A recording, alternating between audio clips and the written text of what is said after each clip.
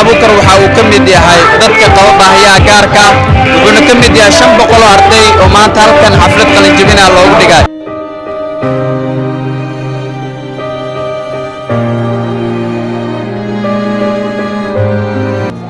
waxaan waxbarasho bilaabay waxbarasho waa dareemi kartaa inta farqiga u dhaxayso sanadka marka uu ahay 1998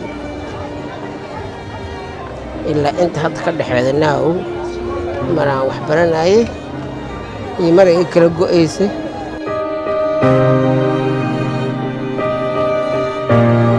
ardaygan dadaaladiisa waxaa ka mid ahaa xisidiisa inta badan waqtigeeda oo imaan jiray ma aha arday goosgoos badan ma ahayn wuxuuna lahaa yool qof kasta wuxuu leeyahay hami iyo yool uu leeyahay hamigiisii maanta ayuu ka miro dhalay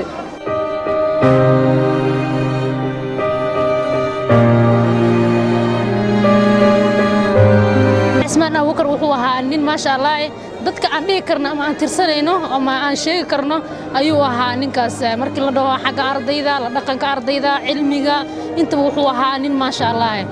waxaan dhigi karnaa Ismaan Abuukar waa qofku dayasho mudan markii loo fiiriyo ardayda jaamacadda ama fakaltigayga markii loo fiiriyo ahaantiisa ku dayasho aad ayuu mudan yahay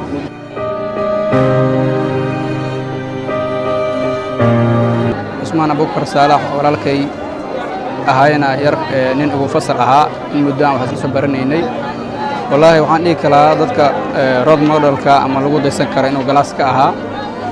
aniga si gaar ah waa saaxiib ii dhow oo galaaska waxaan aaminsanahay qof iga dhow inuusan jirin nin wuxuu ahay waxbarashadiisa aad maasha Allah oo ugu wanaagsan oo kamid ah dadka galaaska hormuudka u ah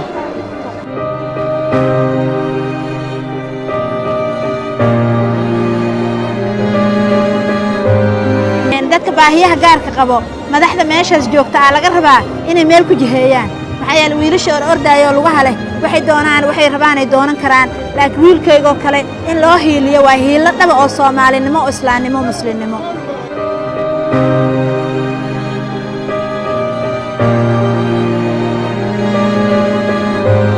hotel qaatay ku baxay roobkii ku qoyay roob dhaxdiisa mooto iga halawday ku gurgurtay saan dib ku tagay jaamacadii imtixaan ka socday aan soo galay dan mootadii aan soo jeeday ama kaana dib ugu celiyay mar labaad